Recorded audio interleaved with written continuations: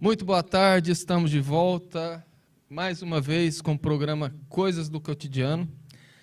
Depois de 2 semanas de férias por questões técnicas na rádio, estamos com muita alegria de volta. Hoje, nosso tema, pais, filhos e doenças congênitas. Estamos recebendo no nosso estúdio a brilhante participação do Dr. Paulo Augusto Assis Machado. Boa noite, senhor Dr. Paulinho. Boa noite, Carvalho. É um prazer estar novamente aqui nesse programa, nessa rádio, e estarmos aí tendo a oportunidade de divulgar a doutrina espírita. É um prazer.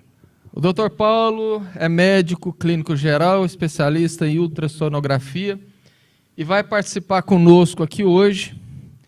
Portanto, você já pode enviar suas dúvidas, questionamentos para o nosso WhatsApp no 64996031234 ou pelo nosso fixo no 6430144009. O nosso programa é retransmitido pelas páginas do Centro Espírita Allan Kardec de Jataí, Casa do Caminho de Jataí, Centro Espírita Mansão do Caminho da cidade de Quirinópolis, Allan Kardec de Mineiros, Lar Espírita Forças do Amor de Jataí, Livraria Espírita Allan Kardec de Jataí e Rádio Portal da Luz de Dourados, Mato Grosso do Sul.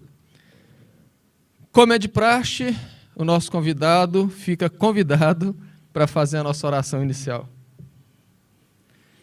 Então vamos todos entrar em sintonia com os nossos mentores, fixando a imagem do Mestre Jesus e rogar ao alto a proteção, o amparo, a orientação, para que possamos ter um programa produtivo, um programa que traga ensinamentos, que só tenham coisas boas. E assim nós damos por iniciado o nosso programa de hoje com as bênçãos do Mestre Jesus. E que assim seja. E que assim seja. As religiões dogmáticas pregam aos seus profitentes o chamado pecado original, o qual é apontado como sendo originado pelo erro primário de desobediência de um antepassado remoto chamado Adão. Com todo respeito e apreço que tenhamos pelos que acreditam nesse vetusto e ultrapassado preceito, consideramos que não se pode justificar o porquê espiritual do nascimento de seres física ou mentalmente imperfeitos, alguns vindo até a lume, desprovidos de alguns órgãos, inclusive do cérebro, caso específico dos anencéfalos, colocando-se a específica culpa ou origem espiritual em seus respectivos ancestrais. A Bíblia, ao contrário, ressalta com muita propriedade que a responsabilidade é pessoal, revelando que cada ser passa por aquilo que é merecedor, não podendo ser acometido de dolorosas mazelas em decorrência de equívocos cometidos por seus antecedentes, assim como se encontra no livro do profeta Ezequiel, no capítulo 18, versículo 1. Os pais comeram uvas verdes e os dentes dos filhos se embotaram, ou ainda no mesmo capítulo, no versículo 20, o filho não levará a iniquidade do pai, nem o pai a iniquidade do filho. A justiça do justo ficará somente sobre ele, e a perversidade do perverso cairá sobre este. O profeta Davi, no Salmo 28, corrobora esse ensinamento bíblico, dizendo: paga-lhes segundo as suas obras, segundo a malícia dos seus atos. Dá-lhes conforme a obra de suas mãos, retribuí-lhes o que merecem. E, finalmente, em um Novo Testamento, há a demonstração desse ensino lógico e racional por parte do Mestre Jesus, corroborando que cada um será julgado segundo suas obras, em Apocalipse, capítulo 20, versículo 12, e que se alguém leva para cativeiro vai, Apocalipse 13, 10.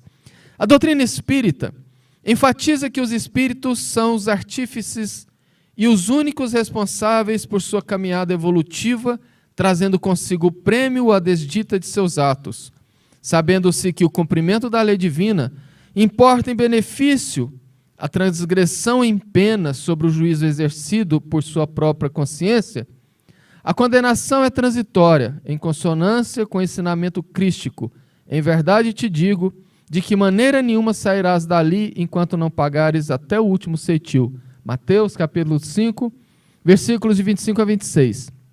A prisão, portanto, não é definitiva, e devido à bendita e excelsa reencarnação, existem meios de serem reparadas as dívidas contraídas, através de novas oportunidades, refazimento e visando a reconciliação necessária. O Cristo pôs por terra mais um conceito dogmático, o do considerado sofrimento eterno, em completa discordância com o Mestre, ensinando que a misericórdia divina é incomensurável e até mesmo chegou a nos exortar na prática das indulgências com os nossos semelhantes, solicitando que perdoássemos 70 vezes 7, ou seja, indefinidamente.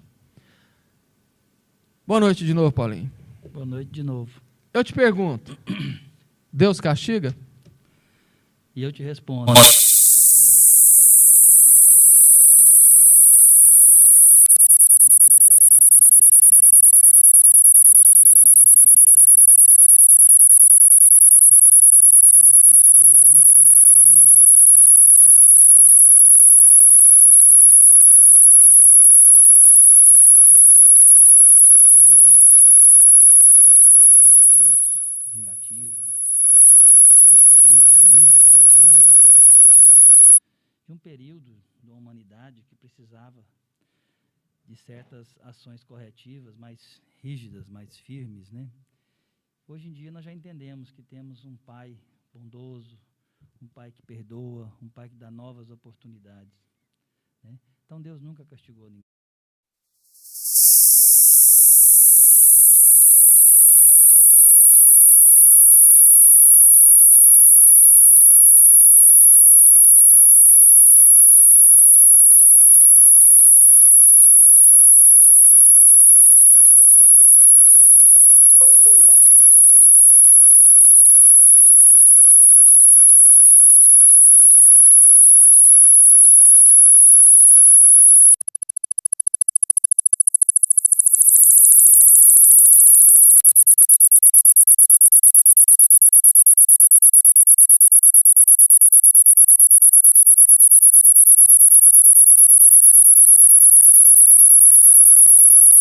Os Hebreus é chamada de primeira aliança, né?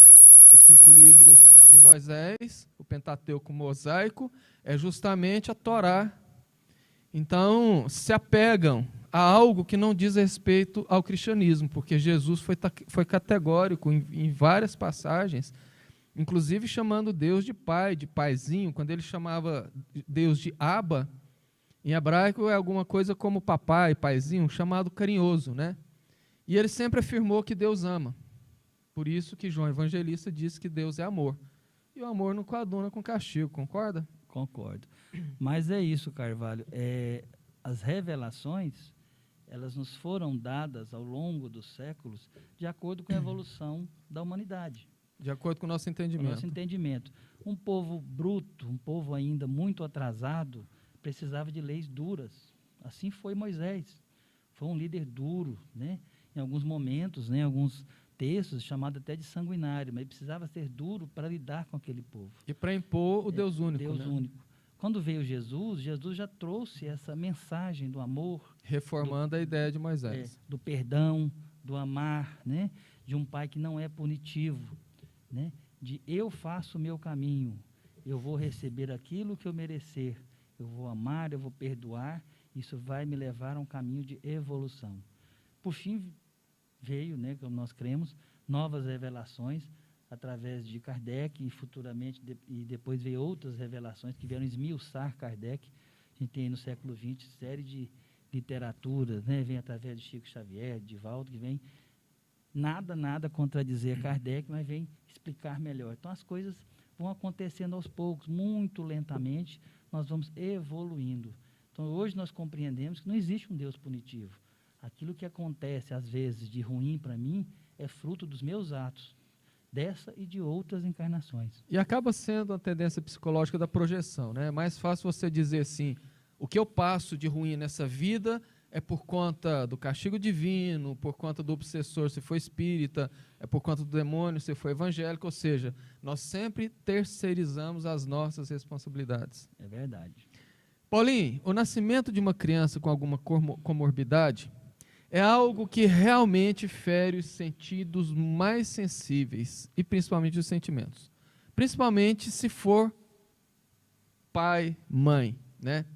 Sendo Deus justo e amoroso, como nós acabamos de falar, como Ele permite que uma criança venha ao mundo trazendo deformidades ou enfermidades, ou que ainda morra assim que nasce? É aí que entra, Carvalho, a justiça divina. Se não a houvesse, nós ficaríamos realmente achando que Deus é um pai punitivo, e não é verdade. Então, nós, espíritas, pregamos, acreditamos e sabemos que é verdade a lei da reencarnação. Então, essa criança que hoje vem ao mundo através da reencarnação, com alguma deficiência, alguma dificuldade, isso é uma maneira que a justiça divina tem, e muitas vezes pedido ou por necessidade desse espírito, de burilar, de resolver problemas, principalmente relacionados ao perispírito. Então, esse espírito precisa reencarnar para corrigir erros do perispírito devido a erros do passado. E o que dificulta um pouco o entendimento de quem não tem o conhecimento espírita é que, de maneira bastante natural, alguém vê uma criança e vê ali uma criança. Não entende que habita aquele corpo de criança um espírito velho, milenar, que às vezes é mais antigo do que os próprios pais e que, portanto, traz os seus conflitos, os seus problemas e as suas necessidades de reparação. A gente vê, nossa, coitadinha, essa criança Tão nasceu novo. com isso, o que fez para merecer? Aí vem essas teorias, a gente sabe que não são verdadeiras, né? Ah, é porque da outra geração, da geração dos pais pecaram, né? Isso não é verdade.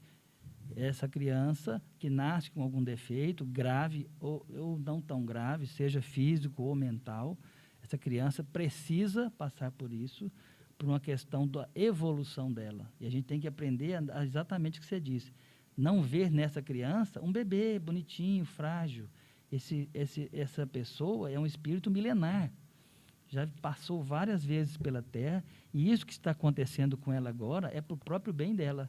É uma forma de se corrigir defeitos adquiridos por erros do passado, que afligir o perispírito dessa pessoa. Então, ele precisa daquele momento para que esse perispírito seja corrigido, melhore, e em uma futura encarnação ele venha perfeito e siga no seu caminho de evolução rumo à angelitude. E é aí que nós entendemos quando Jesus disse no Sermão do Monte: e conheceis a verdade, e a verdade vos libertará. A visão que aqueles que não têm o conhecimento que a doutrina espírita nos traz têm sobre a doença, é que às vezes também faz sofrer, porque a maioria das pessoas vê a doença como algo ruim. E o que a doutrina espírita nos assevera é que a doença é justamente a cura da alma, sendo, nesse caso, o corpo uma espécie de mata-borrão. O que é o mata-borrão? Antigamente, no tempo do Claudinho, que o pessoal escrevia a pena tinteira, às vezes tinha um excesso de tinta na caligrafia e na letra, eles pegavam uma espécie de almofada e ela chupava o excesso de tinta. Então, assim, o corpo serve dessa almofada que vem sugar o excesso negativo do perispírito, isso vai eclodir em doenças. Muito pelo contrário que muita gente imagina, às vezes uma vida. Inclusive, muita gente embasa nisto a defesa do aborto, né? Você que trabalha com ultrassom, você sabe. Às vezes aparece lá uma doença ainda no feto e muita gente defende que é preferível abortar e tentar novamente uma gravidez, digamos assim, mais salutar, do que deixar vir à luz aquela criança defeituosa, que às vezes a ciência fala, não vai viver 2 dias. E mal sabem essas pessoas que esses 2 dias de vida equivaleriam, às vezes, a reencarnações de sofrimento. Eu, no meu dia a dia, já vivi situações exatamente assim. Quando você faz uma ultrassonografia, eu tenho um feto anencéfalo, já aconteceu comigo, e a primeira coisa que os pais perguntam é: o que o senhor acha, doutor? Tira? E a resposta minha é exatamente essa: olha, essa pessoinha que está aí dentro, esse ser humano que está aí, precisa desse tempo, precisa estar com você esses 9 meses, precisa desse tempo que ele vai viver, 1 dia, 2, 10, 20, para poder exatamente passar por isso e corrigir defeitos do perispírito. A maioria das vezes, o anencéfalo, muitas vezes, nem sempre, isso não é regra. Por exemplo, um espírito suicida, deu um tiro na cabeça, ele tem uma deformidade no seu perispírito. Ele vai reencarnar com aquele órgão defeituoso. Lembrando que é o perispírito que dá a formação ao corpo. Formata o corpo. Então, ele vai nascer com aquela deficiência, seja uma deficiência, mesmo se não for anencéfalo, uma deficiência mental. Nesse caso específico, eu estou dando o exemplo, um anencéfalo. Ele vai viver 2, 3, 4 dias, vai desencarnar, e retornando ao plano espiritual, ele tem parte desse defeito no perispírito corrigido. Às vezes, há necessidade de várias reencarnações para que se corrija um defeito grave que ele mesmo provocou em seu perispírito em vidas passadas. É lógico que a gente não quer, em momento algum, banalizar o sofrimento de um pai, de uma mãe, ante um defeito, um problema que você descobre no exame. Mesmo a criança que nasce. Lógico que é ruim, é triste, a gente chora, a gente sabe disso, né? Nós, enquanto humanos, queremos Ninguém quer um filho defeituoso. Ninguém quer um filho perfeito, ninguém quer um filho bonitinho para mostrar para todo mundo, que lindo, né? Mas depois que a gente tem e ama, independente de defeito, a gente ama sempre. Mas essa pergunta aí sobre um feto, um embrião, que tem alguma malformação grave, que muitas vezes vai impedi-lo de viver depois que vem a mãe dê à luz, essa pergunta eu já ouvi demais. Mas se eu não acho, então, essa criança vai nascer e morrer? Pois é, mas ele precisa desse tempo. E uma curiosidade, no caso de pacientes, de clientes não espíritas, você dá a mesma explicação? Sim, eu não tenho essa diferença. Eu dou explicação conforme a minha crença, né? Eu acho que mesmo eu falando, mesmo a pessoa não concordando, fica gravado ali. Planta semente planta nela, sementinha, né? E geralmente as que eu já orientei, foram eu não lembro, 4 ou 5 casos, nenhuma delas abortou. Né? Tem casos hoje na literatura médica de crianças anencéfalas que viveram mais de um ano, 2 anos, não sei. Aqui no Brasil mesmo, eu não me lembro o nome dela, inclusive ela foi levada para o STF justamente para mostrar aos nossos ministros que, ao contrário que eles imaginam, ela tinha 3 anos de idade na época. Então. Ela desencarnou aos 7, engasgada. Nem foi por conta da anencefalia. Então, a gente não é dono da verdade, a gente não é dono da vida e da morte, né? Esse é um momento que cada espírito tem o seu momento correto. Mesmo esse que engasgou, era um momento, ela chega, você já resolveu o seu problema, o que tinha que fazer. já fez o que tinha que fazer. Agora, é muito triste, né? Porque há aí um entrelaçamento de histórias. Quando eu falo, um espírito reencarnou, porque provavelmente, vamos citar são fictícios, né? Ele suicidou na vida anterior com um tiro na cabeça, ele vem anencéfalo. Esse pai e essa mãe têm relação com esse espírito, não é por acaso. Então, eles já reencarnaram antes, já com esse projeto, já com esse combinado, né? Ó, nós vamos antes, nós vamos nos encontrar, vamos casar, e você vai ser gerado, nós vamos te ajudar a recuperar, porque nós te induzimos ao suicídio, nós participamos da sua vida, de alguma forma te fizemos mal, te amamos, então nós vamos primeiro para depois sermos os seus pais. Então, no momento que essa mãe engravida, ela tem esse compromisso com esse espírito. No momento que ela aborta, ela está gerando aí um débito muito maior com esse espírito, que vai desencarnar, vai gerar um ódio muito maior, provavelmente vai acabar até obsidiando essa mãe com ódio, com raiva, porque não deu a ele essa oportunidade. E a própria literatura espírita é recheada de casos, de histórias, que ilustram exatamente que os pais que estão envolvidos na geração de filhos com algum tipo de doença congênita, na grande maioria dos casos, eles foram precursores, quando não causadores diretos daquele mal, e, portanto, vieram receber o Espírito justamente para devolver a eles a oportunidade que foi tirada no passado. Paulinho, existem casos, e aqui já trazendo para a área médica, de heranças genéticas, onde doenças congênitas são herdadas geneticamente dos pais. Isso seria apenas uma transmissão genética puramente, ou a doutrina espírita tem uma explicação para isso também? Não, a doutrina espírita tem explicação também. No momento em que há a fecundação, né, então nós temos ali o óvulo, o espermatozoide, são 23 cromossomos de cada lado, né, e mais o X e o Y. Então vai se formar ali o DNA, e esse DNA vai começar a moldar aquele ser que está em formação. Nesse momento entra o perispírito. Então, o perispírito é o grande moldador desse DNA. Cada pontinho daquele DNA que vai dar a cor da pele, o olho, o cabelo, muita coisa da personalidade, o sexo, as doenças que ele terá ou que ele já tem, já vai nascer com elas, são determinadas geneticamente, mas de acordo com a necessidade desse espírito reencarnante. Fica latente. Fica latente. Eu posso ter um pai ou uma mãe que tem uma doença genética, que é transmissível geneticamente, e tem um bebê saudável. Um diabetes, por exemplo. Tem um bebê saudável. Eu tenho um pai e uma mãe que nunca tem história de diabetes, que é o meu caso. Eu não tenho diabetes, minha esposa não tem diabetes, eu tenho um filho de 7 anos diabético. Tadinho. E a primeira pergunta que ele me faz: pai, por que eu tenho diabetes? Por que eu não posso comer isso? Por que eu tomo esse tanto de injeção todo dia? Ele toma 7, 8 injeções de insulina por dia, né? A gente tem que tentar explicar, na luz da doutrina, na luz do nosso conhecimento e da minha crença, né? Por que, filho? O que ele fez com esse pâncreas no passado? O que o diabetes precisa? Disciplina. Então, o que ele não tinha, provavelmente? Disciplina.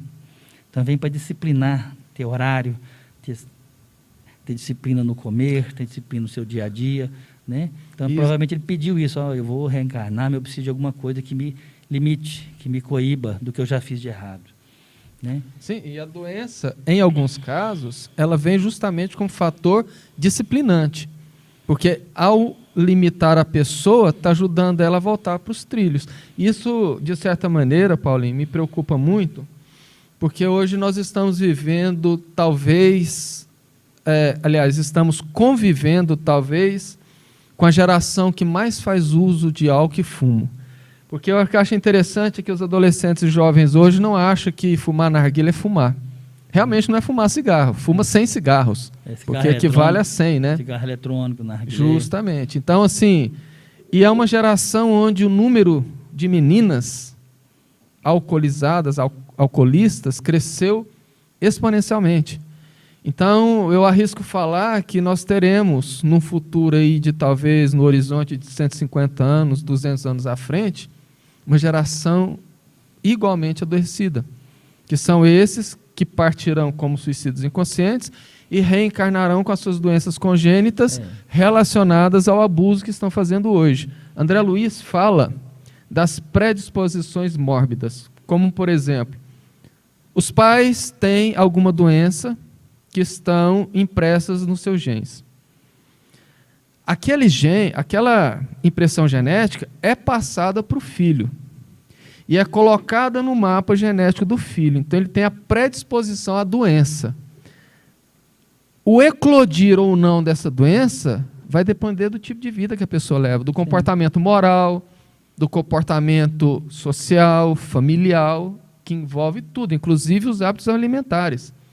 E ele chama de predisposições mórbidas justamente dizendo que nós podemos trazer predisposições a uma série de doenças, mas elas só vão eclodir ou não a depender de nós mesmos. Aí entra depender do meu passado, mas também, e principalmente, o que você está falando agora, meus atos dessa vida, né? Quem falou muito em predisposição mórbida foi Samuel Hahnemann, criador da homeopatia. Se você tiver curiosidade... Eu conheço, eu já li bastante. Né? Hahnemann fala Você fez homeopatia, não fez? Trabalhou um tempo? Eu fiz uma pós-graduação Esqueci de colocar aqui na sua mas biografia. Eu não cheguei a trabalhar.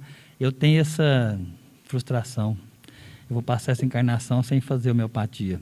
Eu comentei com um colega médico que é homeopata, falei, olha, porque me convidaram esse dia para começar de novo essa pós-graduação.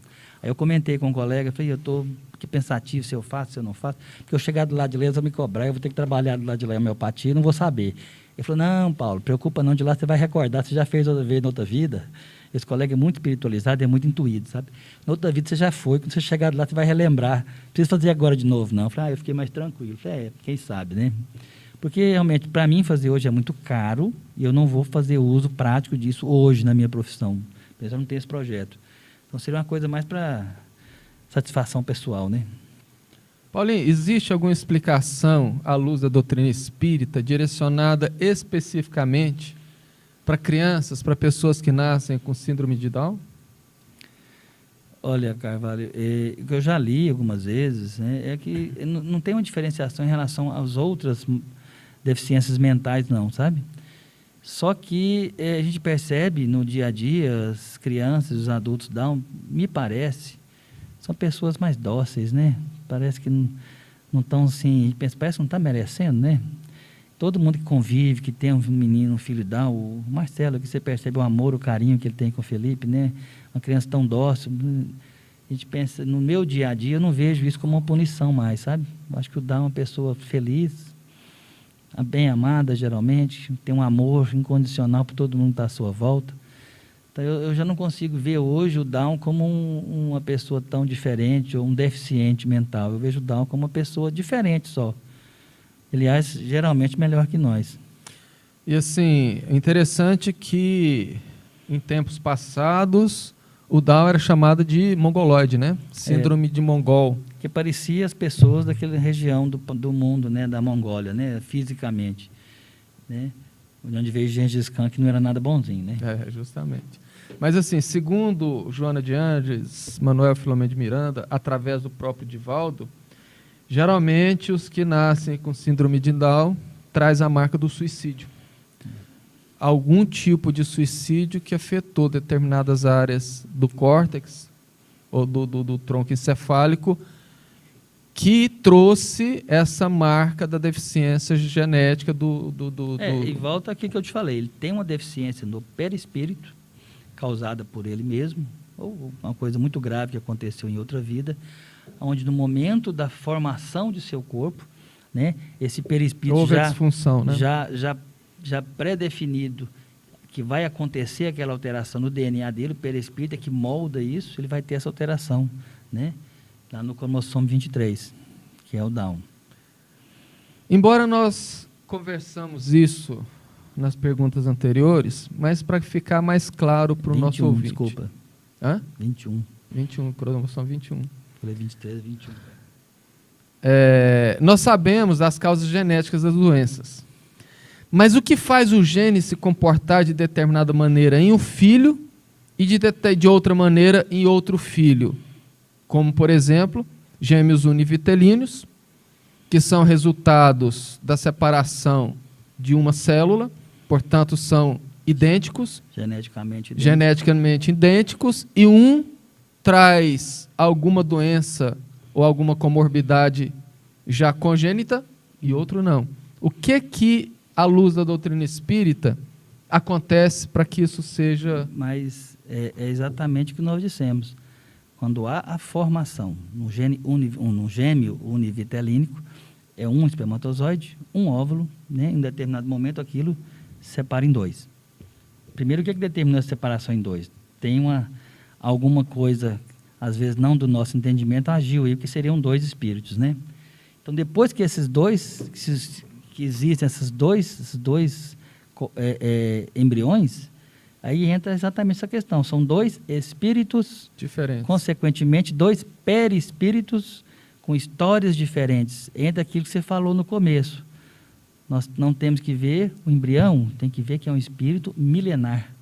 Cada um daqueles dois que estão tem ali, sua história. Como gêmeos, tem sua história, tem suas perfeições, suas imperfeições, seu passado, suas necessidades, né? A necessidade que ele tem daquela encarnação. Então, nesse momento, o perispírito vai agir moldando aqueles dois embriões de forma diferente. Apesar de ter a mesma carga genética, são pessoas diferentes. Paulinho, e assim, muita gente tem certas dúvidas relativas ao fator genético carregado pela carga genética carregada pelo espermatozoide.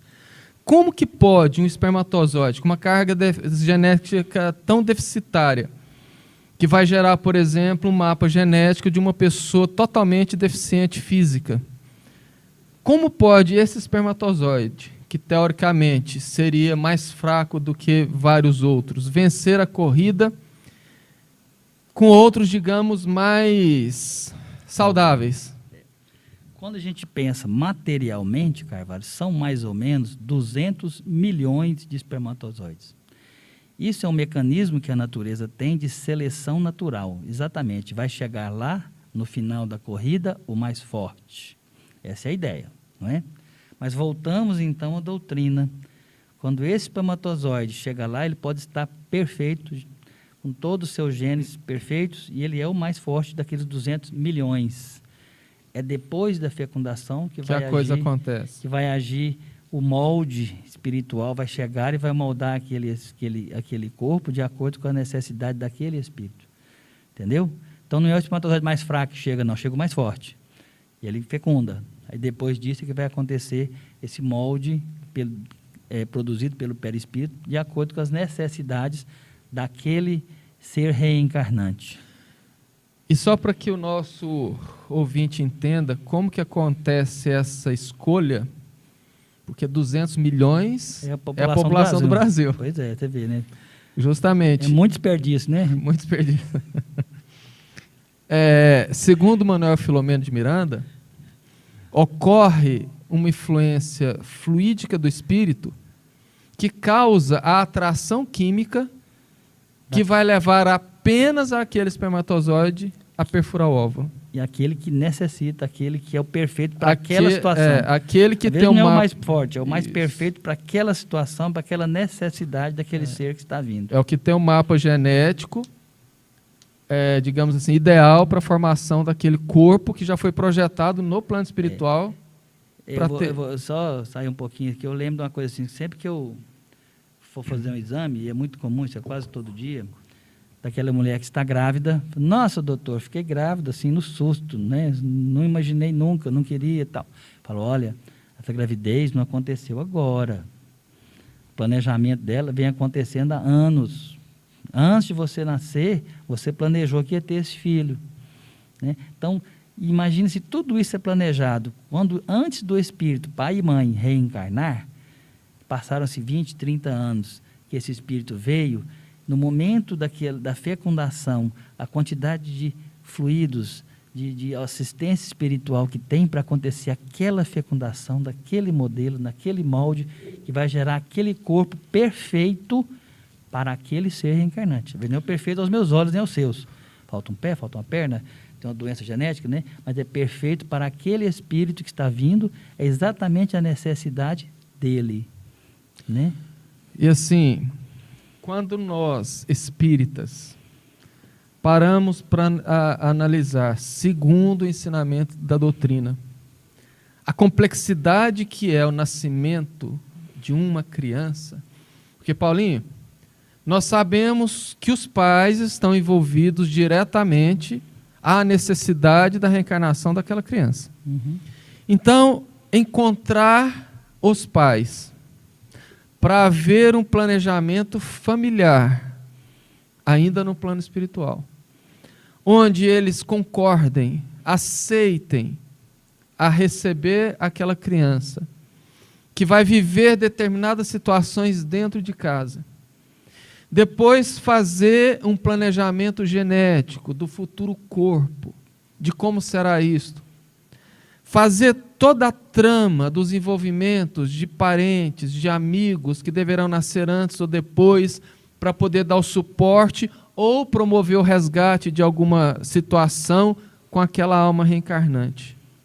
Aí vem alguém simplesmente e fala assim, não, é só um amontoado de célula que cabe numa colher, portanto você pode tomar essa pílula, que vai pôr isso para fora e não vai ter problema nenhum. E aborta. Aí entra essa questão que nosso querido tio Eudes tanto lutou, né?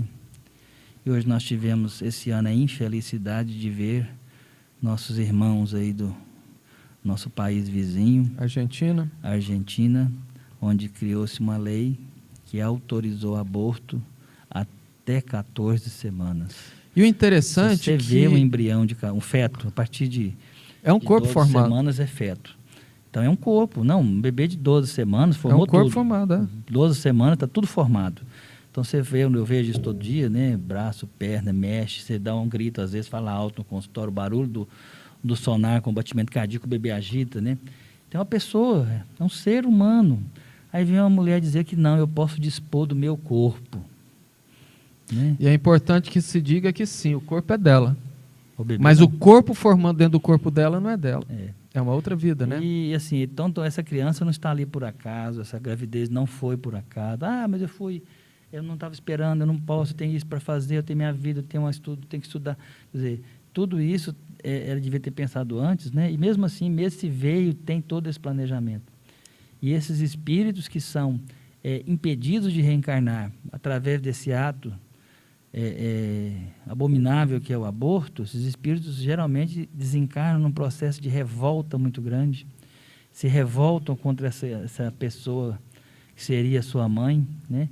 E é um trabalho muito grande, de às vezes séculos, para se resolver e conseguir o perdão desse espírito, né? E ele deixar de obsidiar às vezes essa mãe.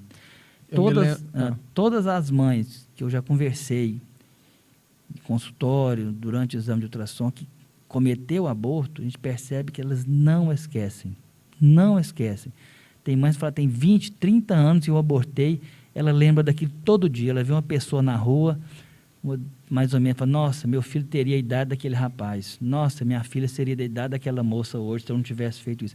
Aquilo fica ali na memória dela, talvez por um mecanismo mesmo de culpa, e muitas vezes por um mecanismo de obsessão daquele espírito que está ali do lado, lembrando ela daquilo. Então, deixa eu te contar uma coisa. Eu não vou lembrar os dados corretamente, porque é algo que eu já li há uns 4 ou 5 anos, e eu não li isso para a gente conversar aqui hoje. Mas foram feitas várias pesquisas no mundo, especificamente essa que foi feita pela Universidade de Oslo, na Noruega, onde mediram a saúde mental de 2 grupos de mulheres. Um grupo que tinha tido aborto espontâneo, natural, e outro grupo que tinha feito aborto provocado. Ao longo de 10 anos de estudos, o grupo que havia feito o aborto espontâneo, obviamente, nos 6 primeiros meses, viveu um luto.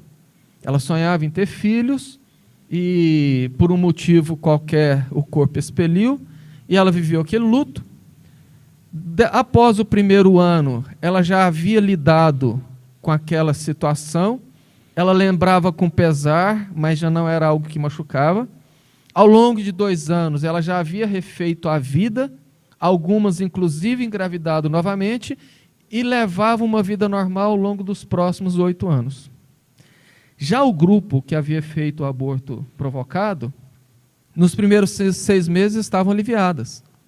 Não queriam, estava bem, é vida que segue, e vamos que vamos. Nos 4 primeiros anos, muitas delas nem se lembravam que tinham feito aborto. Muitas já tinham casado, já tinham tido filhos, mas a partir do 6º, principalmente a partir do 7º ano, começaram a desenvolver gravíssimos transtornos de ordem emocional e mental, por conta da consciência de culpa por ter praticado o aborto.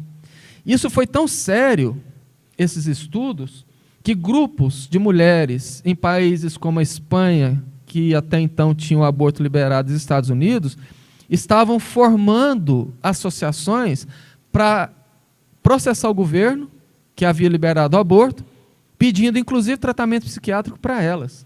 Então, por aí nós vemos que ninguém burla a lei da vida, ninguém burla o instinto de conservação que todos nós temos. Então, não acha uma mulher que simplesmente vai fazer um aborto e vai se ver livre, que pelo contrário. E eu me lembro bem, você lembra do sanatório, né? Meu pai foi um dos idealizadores e construtores, eu praticamente cresci lá dentro, e ali eu vi casos bastante interessantes. E um que nunca esqueci, Paulinho, foi de uma jovem de 18 anos. Ela foi internada, translocada, louquinha de pedra, porque ela ficava ouvindo o choro de criança 24 horas por dia. Ela colocava os antigos Walkmans, fone de ouvido no último volume, o choro de criança, enfiava a cabeça no travesseiro, choro de criança, ela não conseguia dormir, ela enlouqueceu com aquilo. Passou por diversos exames médicos, o que a medicina fornecia na época, isso há mais de 35 anos atrás, e ela não tinha nenhum problema neurológico, absolutamente nada, e ela foi enlouquecendo e internou. Depois de mais ou menos 2 semanas que ela estava internada nos trabalhos mediúnicos que tinham lá regularmente pela manhã, e que eu ia praticamente todos, manifestou um espírito que se dizia filho dela. Ele estava numa confusão muito grande, porque ele lembrava que ele iria nascer através dele, mas ele não sabia o que tinha acontecido. Porque isso depois o mentor espiritual explicando. Quando ela fez o aborto, ela extirpou o corpo do bebê, mas o perispírito ficou ligado ao perispírito dela, e a dor que o espírito estava sentindo por conta do processo de aborto, ele, como ainda mentalmente como um bebê, chorava desesperado, e por estar ligado aos perispíritos, ela ficava ouvindo aquilo. Paulinho, foram mais ou menos 6 meses de tratamento mediúnico em cima do espírito dela para aliviar. Uma menina praticamente adolescente. Então, assim, são fatos como esses que as pessoas desconhecem. E essa questão das pesquisas são fatos que estão por aí na internet, mas que ninguém pesquisa. Simplesmente preferem empunhar uma ideologia, uma bandeira, e falar assim, o corpo é meu, as regras são minhas. E não é por aí. Aconteceu um fato, eu não sei se é verdadeiro, a gente vê às vezes em redes sociais, uma das mulheres que foi uma grande idealizadora e batalhadora para que na Argentina se aprovasse essa lei, há coisa de um mês e pouco atrás, ela foi a um hospital na Argentina fazer um aborto e desencarnou. Né? Que uma dos pontos que elas alegam é que a mulher vai fazer de todo jeito, vai fazer de forma clandestina, e nesses abortos clandestinos há um índice muito alto de infecções e de óbitos das mães. Então, que se faça no hospital, limpinho, sob todos os cuidados médicos, e foi isso que ela fez e desencarnou. Né? Isso a gente fica pensando, por quê? Né? Será que tem... O que aconteceu aí em termos... Eu me indago, eu não sei mesmo. Tem um livro, não, eu te falo. Você vê o que é a justiça divina? Essa mulher lutou para poder ter o direito de ter um aborto. Quando ela fez um aborto, ela desencarnou. Eu não me lembro, Paulinho. Isso é possível de exemplo, sim, né? Eu não me lembro, não, existe um processo aí sim. Eu não me lembro qual livro do André Luiz, dos 13 da coleção O Mundo Espiritual, mas eu sei que lá tem uma dessas histórias, onde a jovem de família muito rica, e à época ainda seria um escândalo uma mãe solteira, ela então planejou o aborto. Só que o aborto dela ainda estava no momento inicial, a gestação dela ainda estava no momento inicial. E nós sabemos que naquele momento inicial, o espírito já é ligado ao feto, ao ovo, no momento da fecundação. Mas uma forma muito tênue ainda, né? Sim, no momento... Isso. Vai se fortalecendo no decorrer da gravidez. Ali, no momento da fecundação, o espermatozoide fecundou o óvulo, ali o espírito já está ligado. À medida que o feto desenvolve, o perispírito do espírito reencarnante vai sofrendo as transformações para habitar aquele corpo, e cada vez mais próximo da mãe. Então, logo nas primeiras semanas, embora ele esteja ligado à mãe, ele ainda tem, vamos colocar assim, uma conformação adulta. Ele tem consciência, ele tem plena ciência do que está acontecendo. E quando então, e ali era uma reencarnação extremamente necessária. Primeiro, que o espírito reencarnante era inimigo dela do passado, e precisava daquela reencarnação como mãe e filho para poder ajudar a dissipar essa inimizade, porque ela havia feito um mal muito grande a ele. E quando ela então começou a planejar o aborto, ele ficou revoltado, porque ele precisava daquela reencarnação para ter paz. E ele então começou a trabalhar para evitar. E quando ele viu que ela não ia evitar o aborto, que ela ia fazer mesmo, ele então trabalhou para matá-la.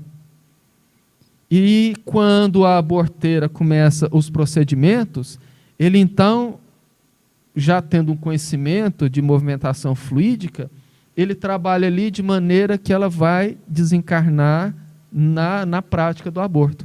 Então acontece muito isso. Pode ter sido o que Pode ter sido o caso. Assim, a gente está assim, nós estamos assim, alocubrando, né? Mas não quer dizer, mas é uma possibilidade, né? Acabou o tempo? Quase. Moço, tem ligeiro. Paulinho, outra ponta. Alguns defensores da eutanásia baseiam-se no princípio da caridade para justificar o ato de abreviar a vida de alguém que sofre de uma doença cruel. Isso seria caridade de fato? Seria lícito matar alguém com o argumento de abreviar a sua dor? Jamais, nunca. Veja bem, nós temos uma visão, às vezes romântica, né, meio idealizada, de que sofrer é ruim, ninguém pode sofrer, e é mesmo, ninguém gosta de sofrer. Então, um exemplo clássico disso é essa doença terrível chamada câncer, né? A visão espírita do câncer é que o câncer é um grande remédio para o perispírito. É através do câncer que muitas pessoas depuraram, limparam, se curaram de muitos problemas que tinham no perispírito. Então, quando a pessoa está em fase terminal de qualquer doença que seja, câncer ou outra, tem todo um planejamento feito por essa pessoa mesmo, pelo seu anjo guardião, de quando será esse desligamento. Então, aqueles momentos de dor, de sofrimento, são extremamente necessários para aquela pessoa. Apesar de, às vezes, a gente, numa visão humana ou humanista, fala, nossa, coitado, está sofrendo, vamos abreviar. É uma coisa, assim, cruel que a gente faz. E ao invés de abreviar, protela o sofrimento. Protela o sofrimento. Ou eu precisava passar por isso, precisava que meu perispírito se livrasse de uma série de toxinas, de série de miasmas ruins, e eu fui lá, o cara desligou o trem, eu desencarnei 10 dias antes. Então, eu vou ter que voltar e ficar 10 dias de novo, certo? Aí, ó, viver 10 dias ainda para pagar isso, né? Então é isso. A eutanásia é um crime, eu, como médico, como ser humano, é um assassinato. Condeno veementemente. Essa desculpa de abreviar o sofrimento, às vezes consegue convencer alguns, né? Mas se for pensar à luz da doutrina espírita, é um assassinato. Você está privando aquela pessoa de passar por aquilo que ela necessita. Acabou? Não, você está muito preocupado, porque eu estou olhando ali que ele está me cobrando. Manda abraço para o povo, porque já tem meia hora que está aqui os abraços, mas é porque o assunto está fluindo, então eu não tive como parar. Aí ele tira lá a mensagem e tira o horário, eu não sei do horário atrás, tá vendo? Eu queria agradecer muito a participação dos nossos ouvintes, mandar um abraço para Ruth Carvalho, Fátima Daniela, Alessandria Santos, Maiara Neves, Adriana Vieira, Eni Franco Carvalho, Júlia Leite, ele escreveu minha filha, mas é a filha do Claudinho, Ana Paula Lima, Norma Maria, Maristela Barbosa, Natália Alves, Iva de Lima, Regina Meno e Aparecida Conti. Um abraço, muito obrigado pela participação, mas ainda não terminou. Paulinho, Joana de Ângeles diz que o filho limitado é o filho da falta, falta simbólica. A falta que houve no passado agora faz falta e que deve ser preenchido com afeto. Qual é a mensagem final que você deixaria para os pais que receberam em seu seio um filho com alguma doença congênita? Simples, que os ame. O amor vai resolver tudo. Se a gente conseguir amar incondicionalmente, mas normalmente o filho que vem com algum problema é o meu inimigo do passado. Aí vem a grande dificuldade que a gente tem, que às vezes, e é muito comum, por ser filho, eu ser pai, ou você ser uma mãe, a gente já tem gravado, eu preciso amar, eu amo porque é meu filho. Mas lá no íntimo a gente tem aquela resistência, né? Não queria que fosse daquele jeito. Mas isso decorre do fato de esse filho que veio para o meu seio familiar com algum problema, ele é meu inimigo do passado. Ele precisa estar aqui para que nós dois resolvamos esse problema e caminhamos junto à angelitude que todos nós estamos fadados, né? Então, o seio familiar é a escola da alma. O filho, o problema, é o filho que eu preciso tê-lo para que eu resolva essa diferença que eu tenho com ele. Isso é um fato. E é errado os pais pedirem a Deus para que os filhos nasçam perfeitos? Não, todo mundo quer ter filho perfeito, quer ter filho bonito, né? Não é errado, não. Loirinho de olho azul igual você? É errado querer igual a gente vamos brincar aqui, é errado querer ter uma vida boa, é errado querer ser feliz, é errado querer ter dinheiro. Não, todos nós temos direito de batalhar e lutar para ter o melhor. Todos nós queremos ter filhos saudáveis, ter filhos bonitos, né? Mas quando não os temos, é porque os merecemos, né? Não é errado querer, não quer dizer que eu vou ter. E, igualmente, não é lícito, quando os tem, tratar de maneira diferenciada. De jeito nenhum. Mas assim, eu tenho o que eu mereço. Justamente. O que é necessário para a minha evolução espiritual. Essa é uma frase do Dr. Bezerra. Ele sempre diz que ninguém passa pelo que não merece. E ninguém passa por aquilo que não é benéfico para a própria evolução. É verdade. Então, assim, nós precisamos ter esse entendimento, porque ele muda totalmente a nossa visão sobre a vida. Ele muda totalmente o modo em que nós lidamos com as dificuldades e os problemas. Quando você sabe que aquilo que você está passando de ruim, você tem que passar por aquilo, porque você criou, construiu aquilo em algum momento. Ou quando você sabe que o que você está passando vai burilar, vai lapidar, vai melhorar a sua condição evolutiva, muda de figura. Você já imaginou tanto que o mundo seria melhor se todo mundo tivesse esse entendimento? Pessoas com depressão, pessoas que têm de tudo, do bom e do melhor, sempre acham que tem um problema, que não merece isso, eu não mereço isso, eu não mereço aquilo, eu não posso passar por isso, que eu sou bom, né? Tanto se a gente tivesse essa visão, esse entendimento, né, de que eu tenho, porque eu mereço, estou passando por isso, porque eu preciso, tanto que nossa vida seria mais simples, a gente seria mais feliz. Você lembra da Luzia Miranda, sua vizinha lá, quando você era menino? Lembro. Você lembra da situação que ela passou com câncer? Uhum. Eu lembro direitinho da história. Eu era criança, muito mais criança do que você, que já era adolescente na época. Eu devia ter meus 7 anos, o Paulinho já estava com 21 já. Eu tinha 8, ele tinha 7. Eu lembro que ela teve um câncer fulminante, né? E durante todo o processo, ela sempre de bom humor, ela sempre com espírito de aceitação daquilo, ao ponto de a família ir lá visitá-la chorosa, ela consolava a família. E ela veio, então, a desencarnação muito nova. Eu não me lembro a idade dela, eram uns 30 e poucos, né? Eu não sei te falar, mas é entre 30 e 40 anos. E o tempo passa. A época que tinha aqueles anteriores congressos espíritas aqui em Jataí, o Divaldo Franco veio para participar e depois ele ia fazer um círculo de palestra aqui pelo sudoeste goiano. E ele ficou hospedado lá em casa. Meus pais deram o quarto para ele dormir. E eu me lembro bem que eu acordei de manhã, eu devia ter aí por uns 12 anos de idade. E eu acordei com a conversa na cozinha, levantei, fui. Meu pai sempre foi muito carinhoso, como você conheceu. Quando eu cheguei, ele já puxou, sentei no colo. Nós ficamos, então, de um lado da mesa, o Divaldo estava do outro lado. Minha mãe estava preparando o café da manhã. E ele ainda brincou, falou assim: Eudes, adivinha quem esteve aqui em casa essa noite? Aí ele falou: não faço nem ideia. Luzia Miranda.